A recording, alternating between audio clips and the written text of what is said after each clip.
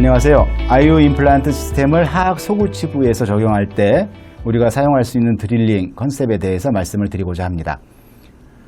보통 IO에 이렇게 풀 드릴 시퀀스를 갖고 있는데요. 하악 소구치 부위에서는 이 아래쪽 컴프레션이 돼야 되는 파라볼릭한 부분의 하단부 그리고 상부 쪽에서 드릴링 운영을 할 때 역시 코티칼 본의 두께가 가장 중요합니다. 그래서 파이널 드릴을 쓸지 안 쓸지를 코티칼 본의 양을 보고 판단해서 적용을 하게 되는데요.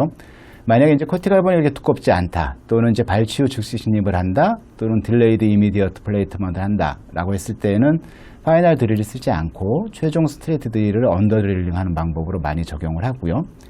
만약에 이제 코티칼 본이 좀 두께가 됐다, 그러니까 이제 예를 들어 힐 리치고 리치폭이 좀 좁아져 있다라고 하면 필요에 따라서 파이널 드릴을 아래 레이저 마킹 하단부까지 적용을 합니다. 임상에서 이런 개념들이 어떻게 적용되는가를 보시면 이제 딜레이드 이미디어트 사이트고요. 발치한 지 한 2달이 경과됐고 리치폭이 좀 좁아져 있어서 사실은 치근의 에이펙스 부분까지는 거의 흡수가 있는 상태입니다. 그래서 임플란트를 식립을 할 때 아래쪽 부분에서 코티칼 본이 좀 많이 걸릴 것이다 라고 예측되는 본 퀄리티 2 정도의 사이트라고 볼 수가 있습니다. 치료 계획은 4.5에 11.5 IO를 식립하기로 했고요. 드릴링하는 방법은 전 단계, 최종 단계 4.0 스트레이트 드릴 풀랭스로 드릴링을 하고 파이널 드릴을 레이저 마킹 하단부까지 하이더 컨터 부위까지 드릴링을 하기로 계획을 했습니다. 그래서 드릴 플로우는 이렇게 진행이 되고요.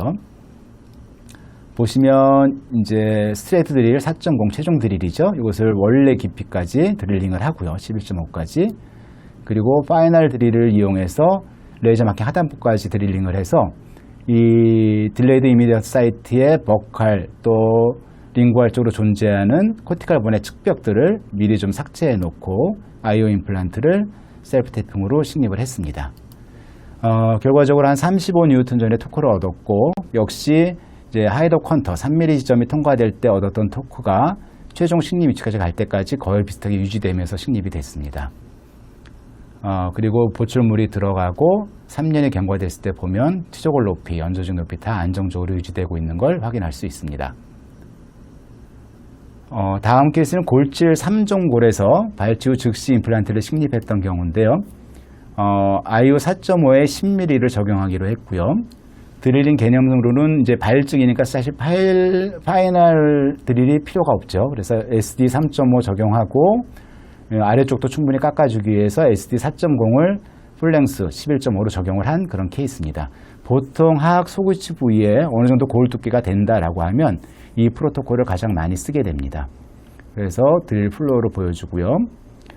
말씀드린 대로 전 단계 3.5 스트레이트 드릴을 계약한 10mm 깊이까지 드릴링을 하고 그리고 나서 최종 사이즈 4.0 스트레이트 드릴을 역시 10mm까지 드릴을 하면 보시면 이제 하이더 컨터 부분 쪽에 약간 걸치는 정도로 드릴링이 되고 나머지 매크로 스레드가 이제 위로 올라갈수록 그립력을 증가시키면서 셀프 탬핑에서 들어가는 효과를 갖는 거죠. 그래서 이렇게 식립을 해보면 역시 초기 고정력이 한 35N 정도 나와서 적절한 초기 고정력을 가진 걸 보실 수가 있습니다.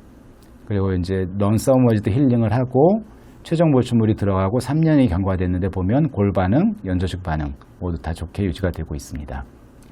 그래서 하악 소구치 부위에서 IO 드릴을 운영할 때에는 보통 최종 사이즈 스트레이트 드릴을 덜 담글지 풀랭스로 담글지 그것은 이제 아래 망상골의 골질에 따라서 판단해서 운영을 하시면 되겠고요. 만약에 피질골이 어느 정도 두께가 있다라고 하면 파이널 드릴을 사용해서 레이저 마킹 하단부까지 드릴을 하고 임플란트를 셀프 태핑해서 넣으시면 되겠습니다. 예, 하악 소구치의 드릴링 프로토콜에 대해서 말씀드렸습니다. 감사합니다.